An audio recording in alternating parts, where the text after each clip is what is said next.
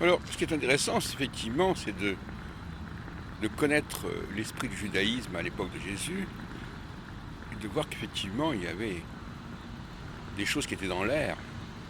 Par exemple, la fameuse histoire de Jérémie 31, qui est reprise justement dans l'Épître aux Hébreux, elle était certainement dans l'air, et c'est pour ça que Jésus s'y réfère d'ailleurs. Alors ça, effectivement, c'est une évolution importante dans l'histoire du judaïsme, que cette histoire de Jérémie 31, qui modifie complètement le rapport au mitzvot. C'est pour ça que d'ailleurs, d'une certaine manière, c'est un peu ridicule de dire « Ah oui, mais vous savez, Jésus, il respectait la cache-route, etc. » Vraiment, ce n'est pas l'objet de la Jérémie 31 qui vise autre chose. Maintenant, de toute façon, c'est pas parce que le judaïsme de cette époque-là avait telle et telle tendance que ça correspondait forcément à l'esprit du judaïsme. Il pourrait y avoir une forme dégénérée de judaïsme. Et par exemple, ce que je trouve complètement inacceptable dans le judaïsme tardif, si on peut dire, enfin tardif, post,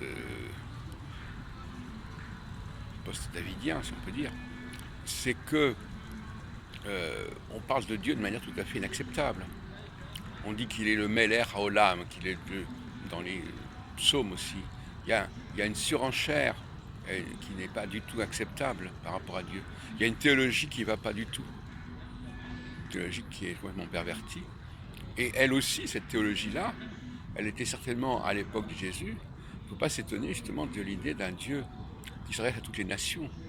En fin de compte, la question, c'est qu'on ne sait plus très bien quelle est la place du judaïsme et du peuple juif dans le monde. Il n'arrive pas à résoudre cette équation. C'est-à-dire qu'il n'arrive pas à comprendre que le juif peut avoir une mission dans le monde, et en même temps, il n'y a pas de raison pour autant que tout le monde devienne juif. Et c'est ça qui est l'ambiguïté fondamentale dans le débat.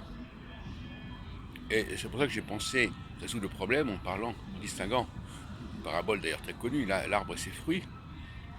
Effectivement, oui,